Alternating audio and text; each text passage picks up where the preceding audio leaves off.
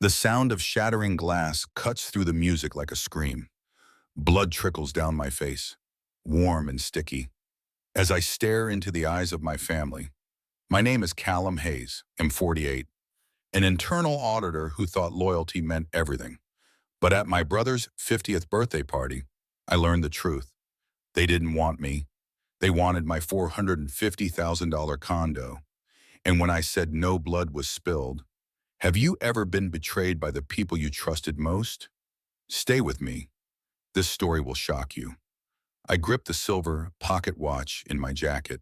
Its steady ticking grounding me as the room spins. My brother's guests, draped in designer suits and glittering gowns, freeze, their champagne flutes hovering midair. No one moves. No one speaks. Except for Maria, a server in a crisp black vest, her eyes wide with pity. She slips me a folded napkin as I stumble toward the door, her whisper barely audible. Don't give up. I clutch the napkin, blood smearing the paper, and step into the night. The watch ticks louder now, a reminder of my father's words, etched into my soul. Money can be earned, Callum, but don't let it rule your heart. Use it to light up someone, smile that's the real treasure. What would you do if your family turned on you? Keep listening, because this is just the beginning. The chandeliers of the Highland Village mansion gleam like cold stars above polished marble floors. The air smells of bourbon and ambition, a scent I've known since childhood. It's Morgan's 50th birthday, and the estate in Houston's wealthiest enclave feels more like a senator's gala than a family party. Men in tailored suits laugh too loudly, their cufflinks catching the light. Women in sparkling dresses glide past, their smiles as sharp as their heels. I smooth the lapels of my navy suit, 3 years out of style, a little tight at the shoulders, and step inside. Polite nods greet me, the kind you give a stranger you're forced to acknowledge. That's me in this family, necessary, but never welcome. I'm Callum Hayes, the younger brother who never quite fit. I'm an auditor, the guy who checks the numbers. Not the one who makes headlines like Morgan. He's the golden son, standing under the grand archway with a whiskey glass in hand, his arm around Vivian, his wife. Her emerald dress shimmers, but her eyes are distant, like she's playing a part. Morgan's laugh booms as he charms a group of men I don't recognize, probably investors from his latest acquisition. His suit is custom, every crease screaming money. When his gaze catches mine, he raises his glass, a flicker of a smile. Not warmth, just acknowledgement. I nod back, heading for the bar. Iris, my mother, is already there, her crimson gown catching the light like fire. Her hair is pinned in a bun so tight it must ache. She's laughing with a man in a charcoal suit, her fingers brushing his arm. When she sees me, her smile falters. Just for a heartbeat. Callum, she says, her voice smooth as silk. I wasn't sure you'd come. Wouldn't miss it, I reply, taking a champagne flute from the bartender. He hands it over without asking. Like I'm just another guest following the script. I'm glad, Iris says, but her eyes drift past me, scanning the room. Morgan's been wanting to talk to you. I turn, following her gaze. Morgan's broken away from his circle, striding toward us. Whiskey still in hand, his smile is broader now, dripping with confidence. Little brother, he says, clapping my shoulder hard enough to sting. Good to see you, likewise, I say, forcing a grin. His eyes flick over my suit, pausing on the frayed cuffs. I know what he sees, the brother who never made it big. His lips twitch, but he doesn't comment. Let's grab a drink, he says, steering me away from the crowd. We walk through the hall, marble floors clicking under our shoes. Paintings of stern ancestors glare from gilded frames, their eyes tracking us. Laughter spills from the main room, mingling with the clink of glasses. Morgan leads me to a smaller study, all leather chairs and dark wood. He pours 2 bourbons, sliding one across the bar. To family. He toasts, raising his glass. To family, I echo, clinking mine against his. The bourbon burns going down, but I don't flinch. Morgan leans against the bar, swirling his drink. I was talking to Mom. He starts, his tone casual, too casual, about the future, legacy, big picture stuff. I raise an eyebrow. That's so. He nods, eyes on his glass. She brought up your place in Midtown, the condo. My grip tightens on the bourbon. I take a sip, waiting. It makes sense for me to take it over. He continues, like he's discussing the weather, consolidate the family assets. It's just sitting there, really? It's not sitting there, I say, setting my glass down harder than I mean to. I live in it. Morgan's smile doesn't waver, but it's sharper now. Sure, for now, but I'm expanding. Callum, I need a base closer to my projects. It's practical for you, I say, my voice steady despite the heat rising in my chest. His eyes flash, but he recovers quickly, straightening his jacket. It's not just me. Mom thinks it's a good idea. She wants to talk to you. Of course she does. As if on cue, Iris appears in the doorway, her heels clicking softly. Boys, she says, her voice syrupy, closing the door behind her. Having a nice chat. Morgan grins, just getting to the good part. Iris turns to me, her eyes calculating beneath her polished smile. Callum, we were discussing the condo. It makes sense for Morgan to have it. Don't you think? No, I say, locking eyes with her. I don't think that at all. The room goes still, like the air's been sucked out. Iris blinks, her facade cracking for a split second. Callum, she says, softer now. Stepping closer, think about the family. I reply. My voice like steel. That's why I'm keeping it. The silence grows heavier. Morgan's smile vanishes, replaced by something cold. Then, faster than I can react, Walter steps from the shadows. I hadn't even seen him there. His hand snatches a champagne bottle from the bar. The crash is deafening, glass exploding against my temple. Pain sears through me, warm blood trickling down my face. I stumble, catching myself on the bar. Iris doesn't move. Morgan doesn't move. They just watch. Their faces unreadable. I straighten, wiping blood on my jacket, and look at them one by one. Thanks for the party, I murmur. My voice steady despite the throbbing in my skull. I walk out, blood dripping onto the marble, leaving a trail behind me. No one stops me. Outside, the Houston night is sharp, the air biting my cheeks. I slide into my car, pressing my palm to my temple, feeling the wetness seep through my fingers. The mansion's lights flicker in the distance, a world I've never belonged to. I turn the ignition, headlights slicing through the dark, and pull away.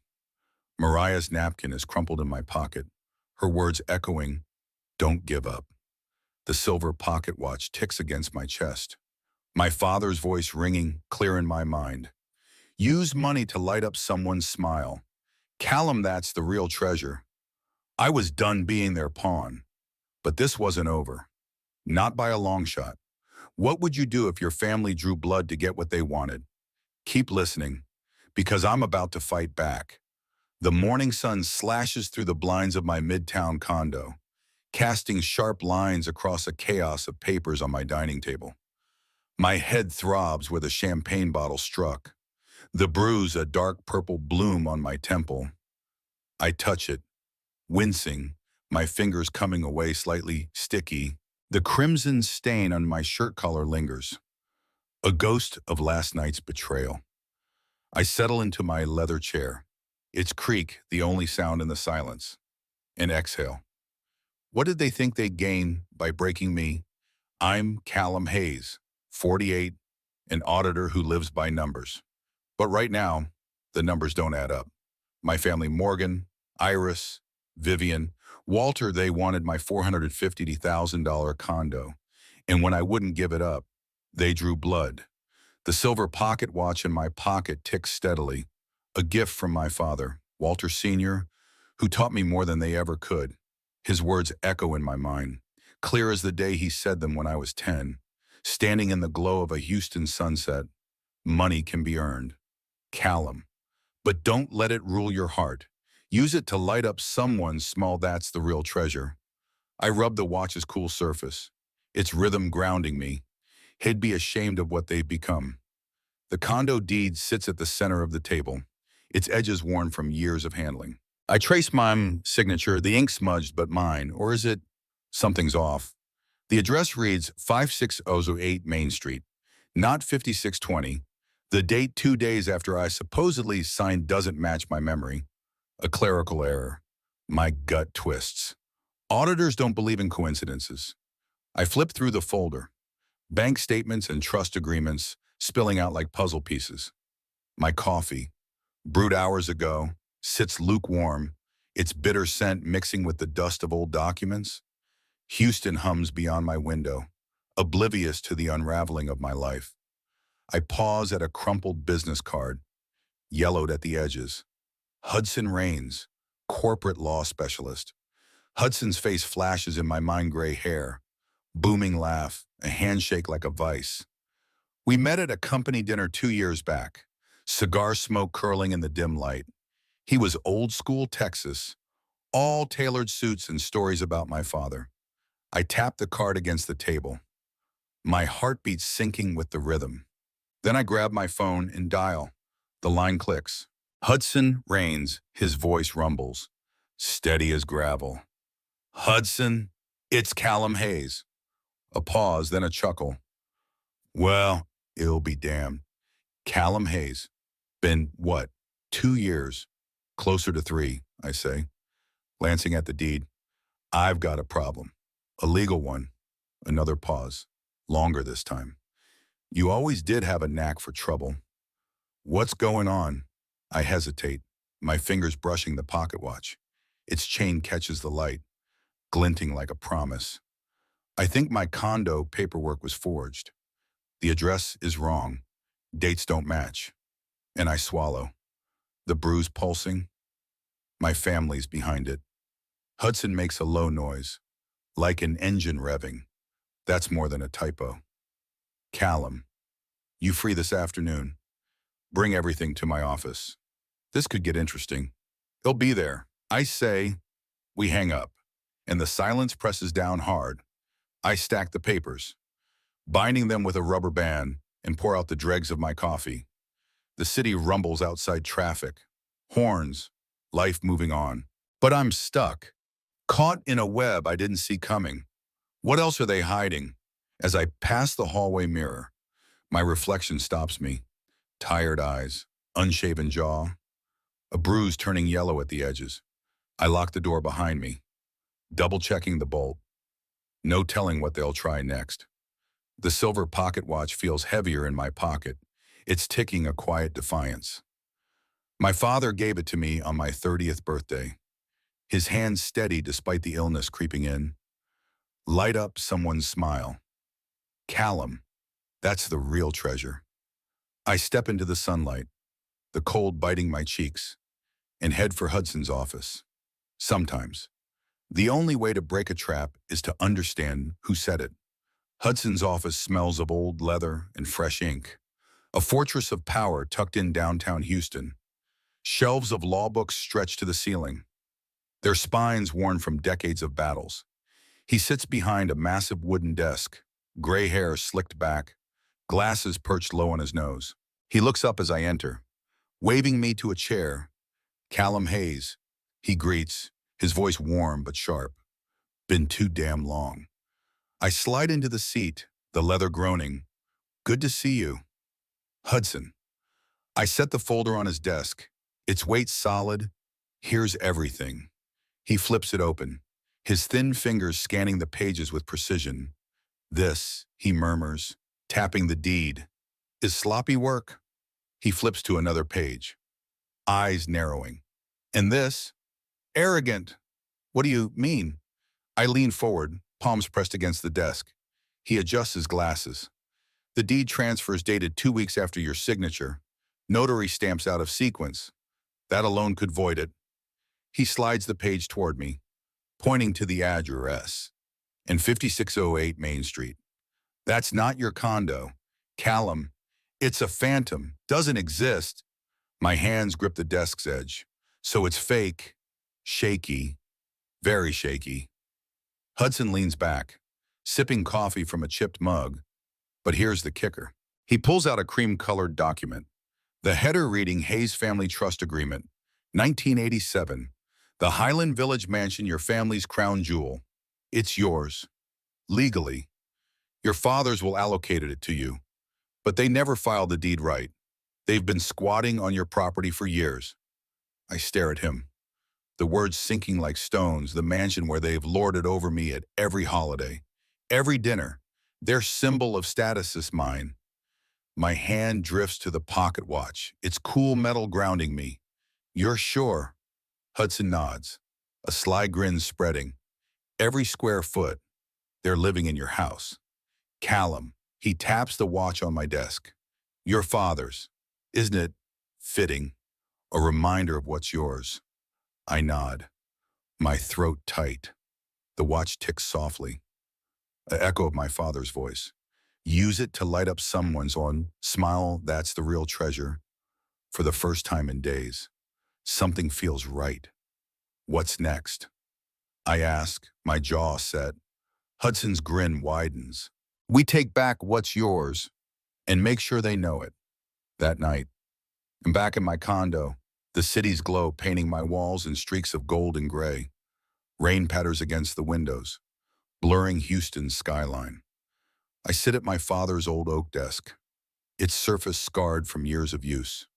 The papers are spread out again, but now they feel like weapons. I run my fingers along the desk's edge, pausing at a loose panel. My pulse quickens. I pry it open, revealing a hidden compartment. Inside, a folded letter, the paper brittle, my father's handwriting unmistakable. Callum, if you're reading this, I'm gone. Morgan's not just after money, he wants everything. He's been stealing from the children's charity I built. The truth is in the mansion's library. Find the safe. Protect what matters. My breath catches.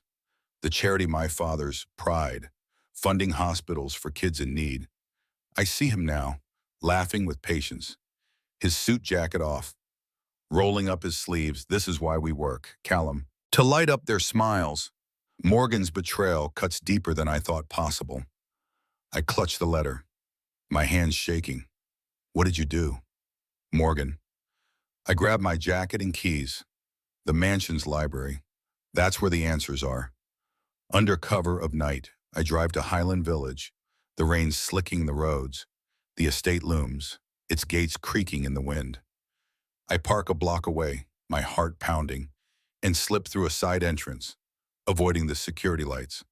The library's heavy doors groan as I push them open, the air thick with the scent of old books and secrets. My flashlight beam dances across shelves, landing on a painting of my father. His eyes seem to watch me, urging me on.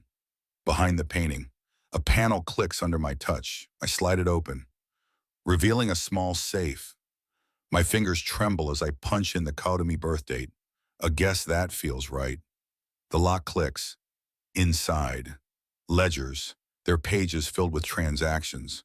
Millions siphoned from the children's charity into Morgan's private accounts. My stomach churns.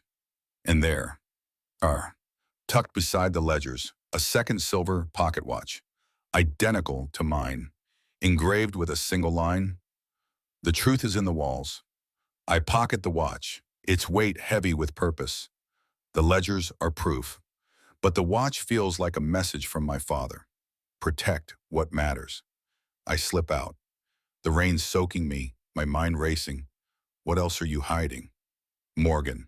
The next morning, I'm at a community youth center, a crumbling building in Houston's 3rd Ward. Maria, the server from the party, is here, handing out flyers for a free lunch program. Her dark hair is tied back, her smile warm but tired. Callum, she says, surprised. Didn't expect to see you here. Needed to clear my head, I say, glancing at the kids playing basketball outside. You work here. Volunteer, she corrects, handing me a flyer. My mom dreamed of a place like this, a kitchen to feed the neighborhood. My family shut it down after she passed.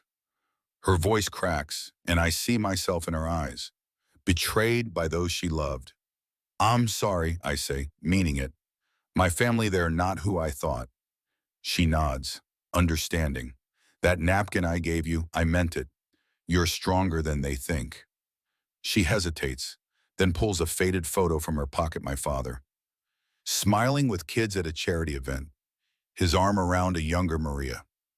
He came here often, said every kid deserved a chance to shine. My throat tightens. I take the photo, my father's face blurring as my eyes sting. Use it to light up the smile. He'd hate what they've done, G. I whisper. Then do something, Maria says, gripping my arm. Don't let them break you. Make him proud. I nod, the photo heavy in my hand. The idea sparks turned the mansion into a community center, a place to honor my father's legacy. But first, I need to bring Morgan down. Back at my condo, I'm poring over the ledgers when my phone buzzes. A text from an unknown number, meet me at the coffee stop. 2 p.m. Come alone. My pulse spikes. I grab my recorder, slipping it into my pocket, and head out. The coffee stop is a sleek downtown cafe, all glass and chrome. Evelyn Carter waits at a corner table, her black suit sharp, her smile sharper. Morgan's lawyer, known for crushing opponents. Callum. She purrs, sliding a manila envelope across the table. A settlement, sign, and you keep your condo. Fight us, and you'll lose everything. She leans closer, her voice low, just like your father. He asked too many questions about the charity, and then heart attack. My blood runs cold. Was it really a heart attack? I keep my face neutral, my thumb pressing the recorder's button under the table. You're saying my father's death wasn't natural. She shrugs, her smile icy. I'm saying curiosity kills. Take the deal. Callum, I'll think about it, I say, pocketing the envelope. She leaves, her heels clicking. I stop the recorder, my hands shaking. Morgan's reach is deeper than I thought. What did you do to him, Morgan? Alone in my condo, rain hammering the windows. I sit at my desk, the ledgers and photo beside me. I pull out a journal, my pen scratching the page. I want them to pay, but if I become like them, what's left of me, Dad said. Use money to light up someone's smile, that's the real treasure. I'm fighting for him, not revenge. The second pocket watch ticks on the desk, its rhythm steady. I close the journal, my resolve hardening. Morgan's empire is built on lies, and I'm going to tear it down. But there's one more piece to this puzzle. Evelyn's words haunt me. Heart attack, the safe's contents, ledgers, a watch, a cryptic note. What if there's more? I pick up the phone and call Hudson. We need to move fast, I say, and I think there's something bigger than the mansion. Hudson's voice crackles with anticipation. Bring the ledgers tomorrow. We're going to bury them. I hang up, staring at the photos of my father. His smile is a beacon, guiding me through the storm. It'll make you proud, yeah. The heavy oak doors of the Highland Village mansion groan as I push them open, the sound echoing through the grand foyer. Polished marble floors gleam under sweeping chandeliers, their light harsh and unforgiving. The air smells of lavender polish and old money, but it feels staged, like a theater set for a play I never wanted to star in. My footsteps are muffled by a thick Persian rug, but each one feels like a declaration. I'm not the outsider anymore. I'm Callum Hayes, and I'm here to take back what's mine. Iris appears from a side hall, her pearl gray dress shimmering, her smile as polished as the silverware. Callum. She greets, arms outstretched like I'm a prodigal son. I don't move to meet her embrace. Iris, I say, nodding curtly. Her smile tightens, just for a moment, before she gestures down the hall. Come, everyone's waiting. I follow, my hands slipping into my coat pockets. My fingers find the silver pocket watch, its cool surface grounding me. Its steady ticking reminds me of my father, Walter Sr., and the words he lived by. Money can be earned, Callum, but don't let it rule your heart. Use it to light up someone's smile. That's the real treasure. Morgan's taken more than money he's stolen that light, but not for long. The double doors to the dining hall loom like a vault. Inside, they're waiting. Morgan stands by the window, hands clasped behind his back, his posture stiff as if he's surveying a kingdom. His custom suit is immaculate, but his eyes are wary.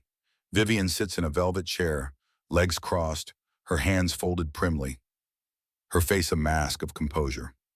Walter leans against the fireplace, his gaze fixed on the flames, fingers tapping the mantel. The room smells of polished wood and tension. The grandfather clock in the corner ticking like a heartbeat. Callum, Morgan says, turning, his voice smooth but edged. Good to see you. Likewise, I reply, my tone flat. Iris takes her seat at the head of the mahogany table, gesturing to the chair opposite. Please, sit. I pause, just long enough for her smile to falter, then lower myself into the chair, setting my briefcase beside me. I don't remove my coat. Well, Iris begins, folding her hands, her voice dripping with false warmth. We're glad you're here. Just a few formalities to settle. She slides a manila envelope across the table, her smile sharpening. Everything's prepared. A few signatures, and we're done. I let my fingers brush the envelope's edge, then slide it back. I'm not signing anything. The room freezes. Morgan's hands clench behind his back. Vivian's fingers twitch in her lap. Walter's gaze shifts from the fire to me, his eyes narrowing. Iris's smile wavers. Excuse me, she says, her voice tight. I repeat, leaning back. I'm not signing. I lift the briefcase onto the table, the locks clicking as I open it. I pull out a crisp folder, Hudson's insignia stamped on the front, and place it before Iris. This is the Hayes Family Trust Agreement of 1987. It says the Highland Village mansion belongs to me. You've been living in my house for 30 years. Iris blinks, her hand recoiling from the folder. That's impossible. I shrug, tapping the folder.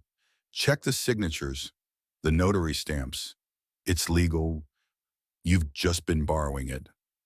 Morgan steps forward, his face reddening. What game are you playing? Callum. His voice is a growl, his fists balled at his sides. No game, I say, my eyes locked on Iris.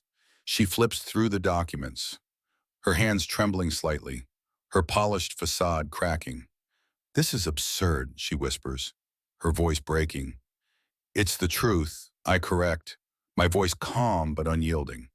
The grandfather clock ticks louder, its pendulum slicing the silence. Then, Iris' hand lashes out, knocking over her wine glass. It shatters on the floor. Crimson liquid spreading like blood across the oak. Vivian gasps, hands flying to her mouth. Morgan steps back, his shoes dodging the stain. Walter's eyes meet mine, something like fear flickering in them. You think you can waltz in here and take everything? Iris snaps, standing, her palms flat on the table. Her voice is shrill, the mask gone. I am not taking, I say. Standing to meet her gaze, I am reclaiming. I reach into my briefcase, pulling out a small recorder, and I'm not done. I press play, and Evelyn Carter's voice fills the room, cold and sharp. Your father asked too many questions about the charity.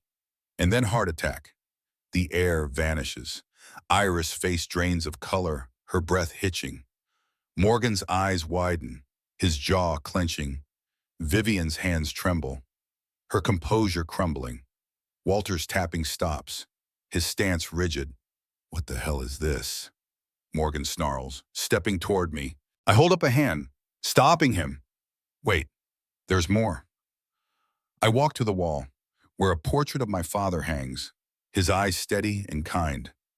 My heart pounds as I slide the panel behind it open, revealing the safe I found last night.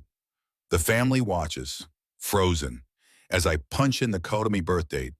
The lock clicks. I pull out a stack of ledgers, their pages damning, and a single cassette tape. Its label faded but legible. For Callum. I hold the tape up, my voice steady despite the storm inside me. This is from Dad. I slide it into a portable player from my briefcase, my fingers trembling. The room is silent. The clock's ticking, deafening. I press play, and my father's voice gravelly, urgent, cuts through the air. Callum, if you're hearing this, I'm gone. Morgan's been stealing from the children's charity. Millions, for years. He's hiding it through shell companies. If I die, it's because he couldn't let me expose him. Protect the truth, son. You're my only hope. A sob tears from Iris' throat. She collapses into her chair, tears streaming down her face. No, Walter. No. Morgan's face twists, his hands clawing the air. That's a lie, he shouts, his voice cracking. Vivian's eyes dart between us, her lips trembling, guilt etched in her gaze.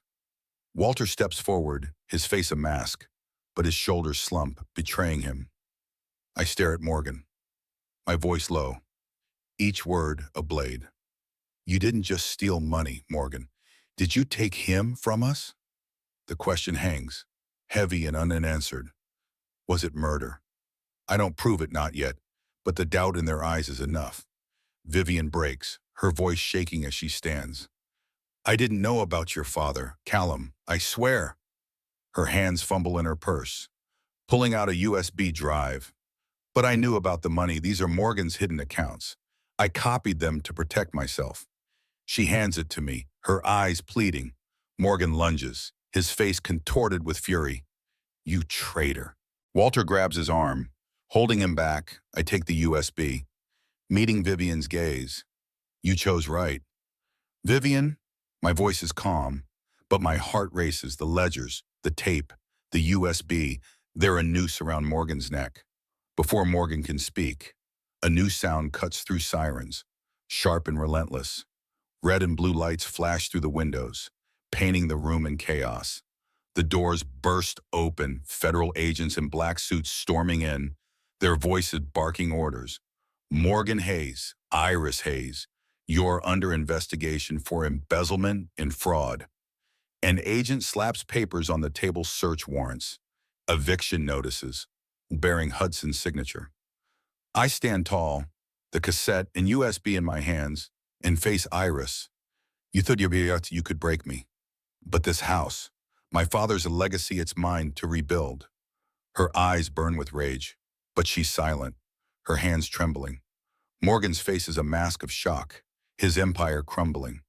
Vivian looks away, tears streaming. Walter's gaze drops to the floor. Defeated, the agents move in, cuffing Morgan, escorting Iris and Vivian out. Reporters swarm outside, cameras flashing like lightning. I step toward the door. The silver pocket watch ticking in my pocket, its rhythm a promise kept. My father's voice echoes in my mind. Light up someone's smile. Callum, that's the real treasure. I pause at the threshold, turning back one last time. The dining hall is empty now, the shattered wine glass glinting on the floor. I walk out, the winter wind slicing through me, but I don't flinch. The mansion looms behind me, no longer a cage but a canvas. I've taken it back not for revenge, but for something greater. What would you do with the chance to rewrite a legacy? Keep listening, because this story is about to transform. The Highland Village mansion stands quiet under a pale Houston sky, its iron gates creaking in the morning breeze. Once a fortress of wealth and secrets, it's now a shell, stripped of its past. The gardens, choked with weeds when I last saw them, are gone, replaced by freshly tilled earth waiting for new life. Rust flakes from the gate's hinges, drifting to the cracked stone path beneath my feet. I push through, the weight of the silver pocket watch in my coat pocket grounding me. Its steady ticking is a reminder of my father, Walter Sr., and the lesson he burned into my soul. Money can be earned, Callum, but don't let it roll your heart. Use it to light up someone's smile. That's the real treasure. This place, stained with betrayal, is about to shine again. I'm Callum Hayes, 48, the man who took back what was stolen, not just a mansion, but a legacy. My family, Morgan, Iris, Vivian. Walter tried to break me, demanding my 450,000 condo, spilling my blood when I refused. But I fought back, uncovering their lies, their theft from my father's children's charity, and a chilling truth about his death. With Hudson's legal muscle and a cassette tape that shattered their empire, I reclaimed this mansion. Now it's time to make it something more. Hudson pulls up in his old Buick, the engine sputtering as he steps out, a large iron key dangling from his fingers. His gray suit is pressed, but his grin is boyish. It is all yours. Callum, he says, handing me the key. Its weight surprises me, cold and solid in my palm. I glance at the mansion, its windows dark but full of possibility. It's been empty a year, Hudson adds, hands in his pockets. They cleared out fast after the feds came. Didn't want to leave a trail. Let's make it something good, I say, my voice steady. Hudson claps me on the back, his laugh echoing across the courtyard. That's the spirit. By noon, contractors arrive, their trucks kicking up dust along the curb. Men in overalls haul toolboxes and plywood, their chatter mixing with the hum of power tools. Hudson barks orders like a foreman, his sleeves rolled up, leaves. I stand back, hands in my pockets, the wind tugging at my coat. The front doors swing open, revealing a foyer cloaked in dust. Chandeliers hang like relics, their crystals clouded. I step inside, my footsteps echoing on marble once trodden by designer heels.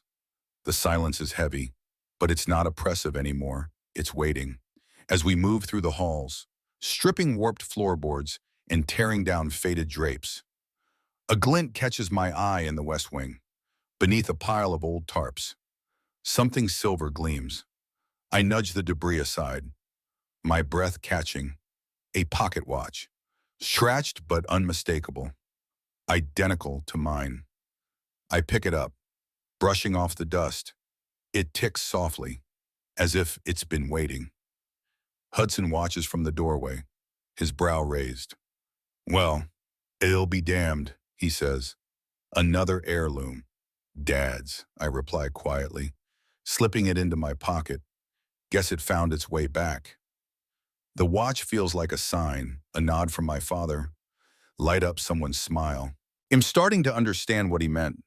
Volunteers trickle in over the week. Faces I recognize from Houston streets, neighbors who nodded at garden parties, strangers who heard about the project. Mariah's here, too, her dark hair tied back, a bandana around her neck. She hands me a hammer, her smile warm. You're really doing it, she says, gesturing to the gutted dining hall. Your dad would love this. I hope so, I say, gripping the hammer. He always said money's nothing if it doesn't bring happiness. This place sits for that. She nods, her eyes bright, and we get to work. Laughter rises over the grind of saws, every nail driven into place, erasing a piece of the mansion's dark past. The study, where Morgan counted his stolen millions, becomes a library. The dining hall, where Iris played her games, transforms into a communal space for workshops and meals. One afternoon, as we clear the East Wing, an older woman approaches, her white hair tied with a scarf. She holds something small, gleaming in her hand. You don't know me, she says, her voice soft, but I knew your father. I was his secretary in '85. She extends her palm, revealing another silver pocket watch.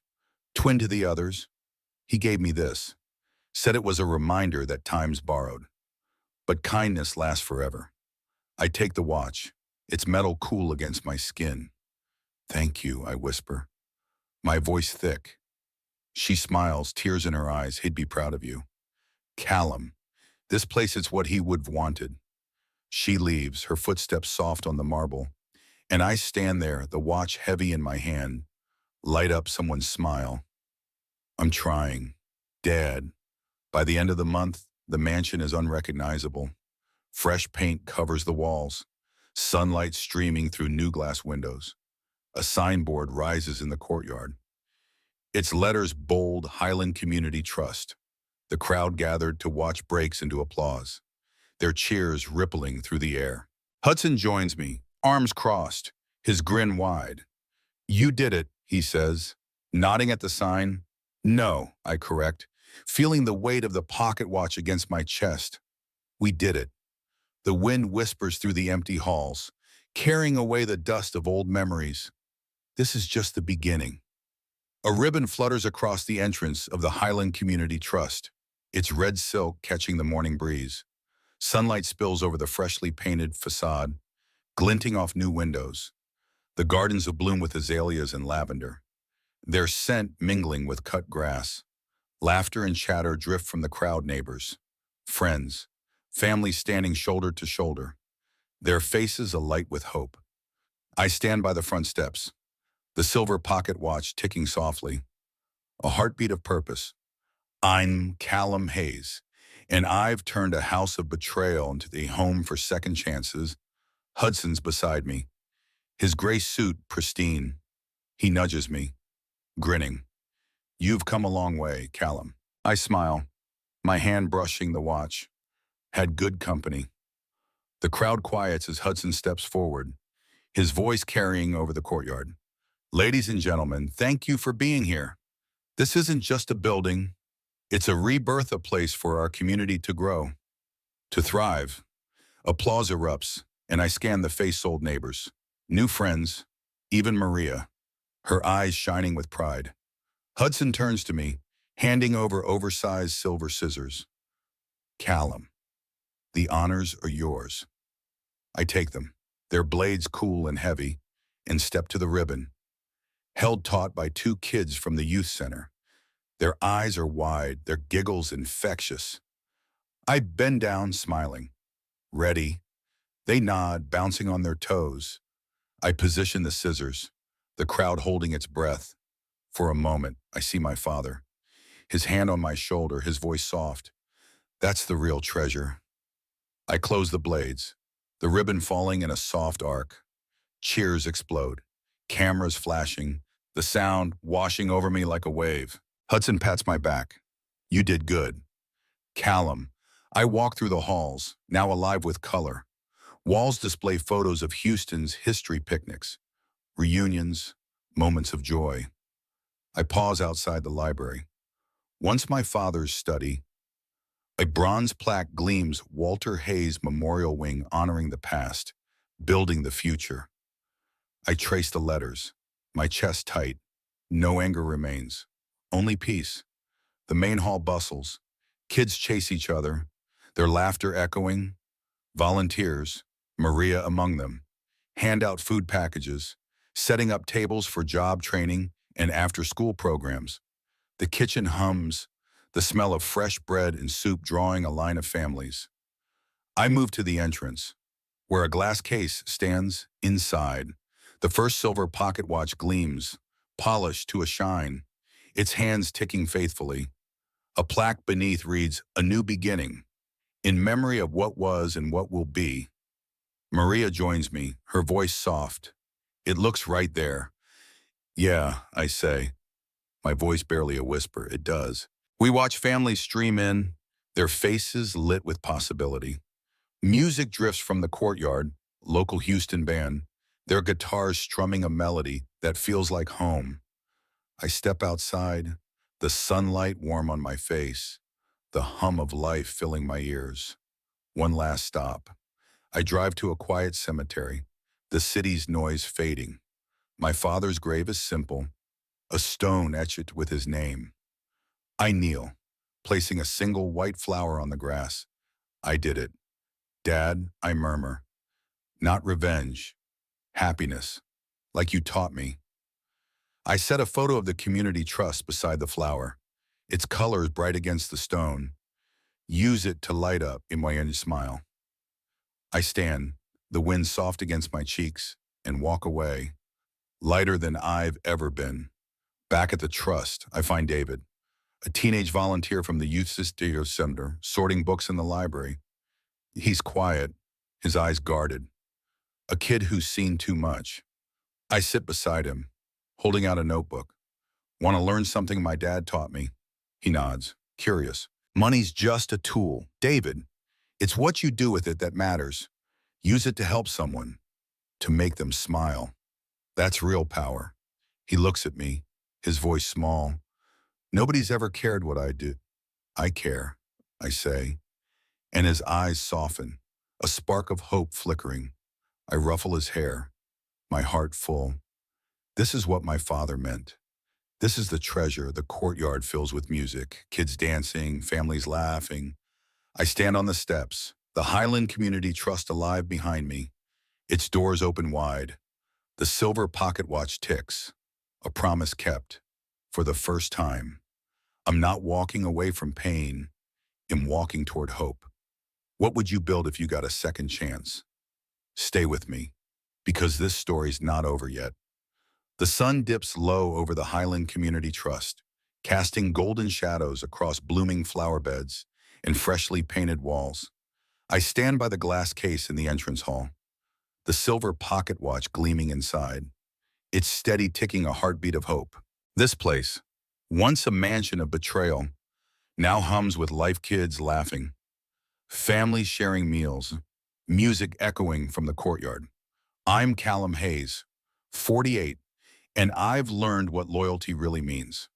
Not blood, not money, but the people who build with you, who believe in second chances. I used to think family was everything. My brother Morgan, my mother Iris, they demanded my $450,000 condo, spilled my blood when I refused, and hid a truth that still chills me. My father's death might not have been natural, but with Hudson's help, Mariah's faith, and my father's voice guiding me through a cassette tape, I took back the Highland Village mansion, not for revenge, but to rebuild. My father's words, spoken when I was just a boy, are my compass. Money can be earned, Callum, but don't let it rule your heart. Use it to light up someone's smile. That's the real treasure. This trust is that treasure. It's David, the quiet kid learning to dream again. It's Maria, serving soup with a smile that says she's found her place. It's every face here, proof that pain can become purpose. Standing in this hall, watching a little girl twirl to the band's music. I know I've honored my father. Redemption isn't about tearing down, it's about lifting up. What's your story of starting over? Have you ever found hope in a place you thought was lost? I'm not just Callum Hayes, the man who fought his family and won. And the guy who learned family isn't blood, it's the ones who show up, who hammer nails beside you, who believe in tomorrow. My father taught me that kindness outlasts greed, and this trust is my proof. Share your story in the comments below. I'm listening. And if you've been moved by this journey, hit subscribe for more tales of grit and hope, because this isn't just my story. It's ours. The silver pocket watch ticks on, a reminder that time is borrowed, but what we build with it, that's forever.